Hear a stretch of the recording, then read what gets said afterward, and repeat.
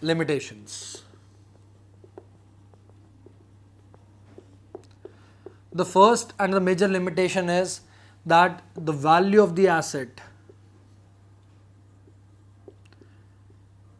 never becomes 0 or equal to its scrap value. Now students, what exactly it means? It means that once we have actually ended using this asset, there would be still some balance in the value of the asset as shown by this method.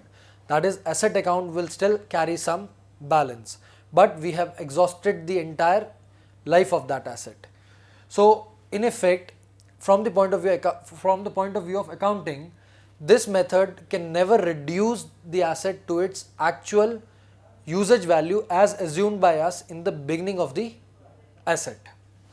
Then the second major limitation that this method has is that the exact percentage of depreciation cannot be calculated.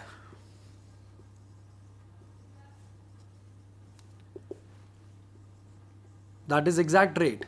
At what rate depreciation should be charged so as to maintain an equitable rate according to its utility. That is, as and when we are using the asset, we have discussed that its utility goes down. So what rate should be charged so that the depreciation keeps the rate with the declining utility? It is almost impossible to calculate that rate. So these are two major limitations of written down value method. That is, it never shows zero balance even when we have exhausted the asset, and the exact rate of depreciation in consonance with the utility is very difficult or cannot be calculated.